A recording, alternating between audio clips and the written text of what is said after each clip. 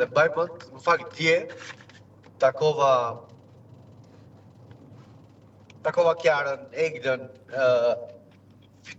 nga dy nga tre fituesit që unë kam punuar për ta dhe të gjithë më thonin diçka. It's okay, mos u mërzit, ke nxjerr 3 fitues deri tashti, është perfekte dhe kam përshtypjen të gjithë më thonin të njëjtën gjë që dhe Rozi është fituese, por nuk e dim pse përse nuk ju dha. Megjithëse unë e kam shumë të qartë këtë gjë që është dashur të bëhet një lloj pajtimi ose një lloj gjëje. Ose shifrat mund të kenë ndryshuar, ajo 0.03% që mund të ketë kaluar në favor të gjestit, diçka e tillë. Për sa i përket Joltit edhe gjestit, ndryshoj që do të ketë një ballafaqim. Unë do doja shumë, njerëzit kërkojnë shumë të ketë një ballafaqim. Po kam përshtypjen se dëgjoj, në momentin që mbyllet ajo dera, siç ndodhen rëndom, kam 16 vite që merret me Big Brother. Dhe në 16 vite, në momentin që ajo dera atje mbyllet, të gjithë banorët dalin, është e pamundur që ti rikthesh dhe njerë temave çfarë ka ndodhur brenda. Përveç postit, që okay, është pjesë e formatit, pjesa tjetër jo. Nuk e besoj që. A do ishte një sukses nëse do bëj një Big Brother me të gjithë fituesit ndër vite? Atëherë, Big Brother All Stars, që është bërë në Angli edhe në një 2 vende të tjera. Sukses. A do të ishin dakord njerëzit të futeshin se është pak e vështirë, po shiko, lezeti i Big Brother është një edicion i vetë. Pastaj çdo edicion tjetër ku mund të futet nuk e besoj se do të vazhdoj të shkëlqej një lloj siç ka shkëlqyer tek edicioni i tij që ka qenë aq origjinal. Aq perfekt sepse kur rifutesh njerëzit presin o të ripërsërisësh vetë, o të jesh shumë herë më mirë se ai që ke qenë. Por ndërkohë ai nuk mund të bëj veprime ekstreme sepse ka çfarë humb tani, sepse është tjetër gjë tani. Për veprime ekstreme besoj se i referohesh vetëm gjestit, se fituesit e tjerë nuk kanë pasur asnjëri. Jo veprime ekstreme. Kapëcime muri apo të ketë përfunduar në shuplaka apo të ketë përfunduar në... Kisha në fjalën që një po themi ish fitues e ka shumë të vështirë që të futet edhe një herë në bik që të luaj me imazhin e vet.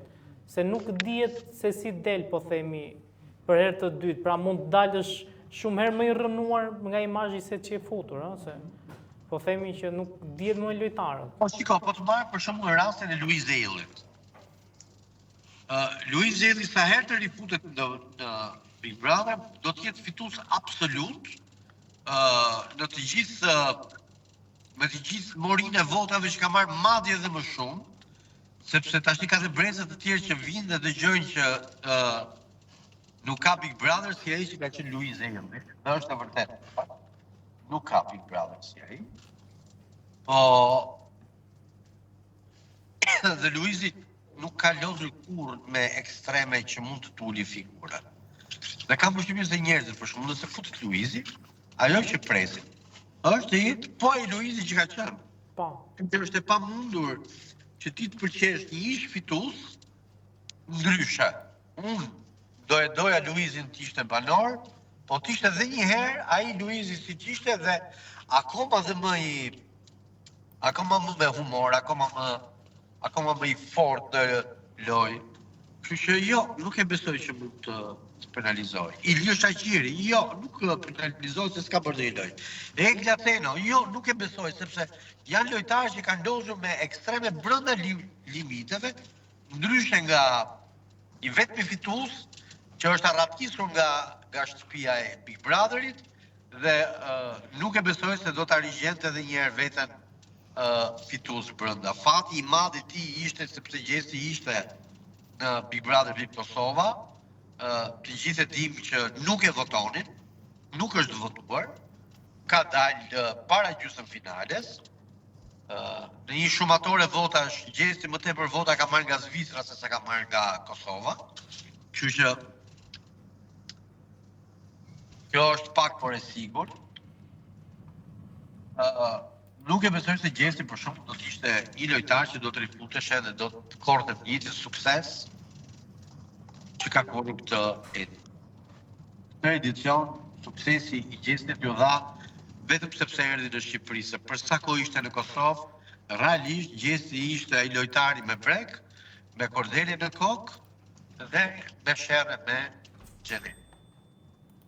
Tu i mungoi vetëm kordele, po pjesa tjetër ishte.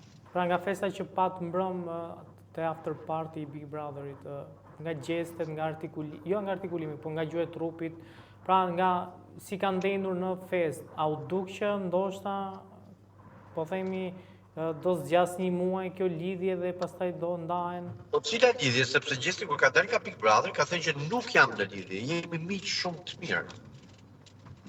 Se kam përshtypjen gjithë të pjesën e lidhjes po e shtym neve më shumë lidhje. Nuk më duket sikur ka lidhje. Mua më vazhdon dhe më duket kjo pjesa e saj që është Egli, ajo që kërkon të ketë një lidhje, po me atë që unë kam parë dje dhe dje, nuk më është dukur sikur ka një lidhje. Një gjë normale midis dy të rinjve që kanë një kështu një marrëdhënie shumë të mirë shoqërore. Kaq. Gjë tjetër jo, nuk është se kam parë realisht.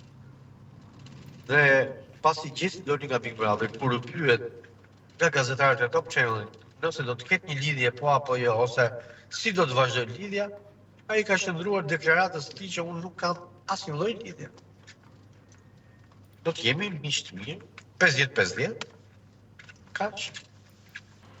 Ka pasur shumë video që janë bërë virale nga takimi që ka pasur Egli në Prapaskend pas mbarimit të Big Brother të finales me nënën e Gjestit. Shumë është komentuar si një lloj ftohtësie e këtij takimi dhe ndoshta po themi është aluduar për një lloj mospranimi të Eglit nga prindrit. Besoj se ju keni parë ato video, si komenton? Po jo, nuk kam qenë aty, se nuk kam nevojë të kam ti shosh, nëse ti je gjatë gjithë kohës që kanë qenë kur janë marrë intervistat, unë kam qenë mbi sken, duke u marrë me punë të tjera, banorët, të paktën ata që unë kam pasur miq, kam qenë aty, kam pritur derisa doli dhe Rozi që pastaj se ne nuk ndetëm as në festën me njëherë pas Big Brother, po u larguam për në shtëpi. Për sa i përket pjesës kësaj, duan prindrit nëse do Gjesti, pak rëndësi ka.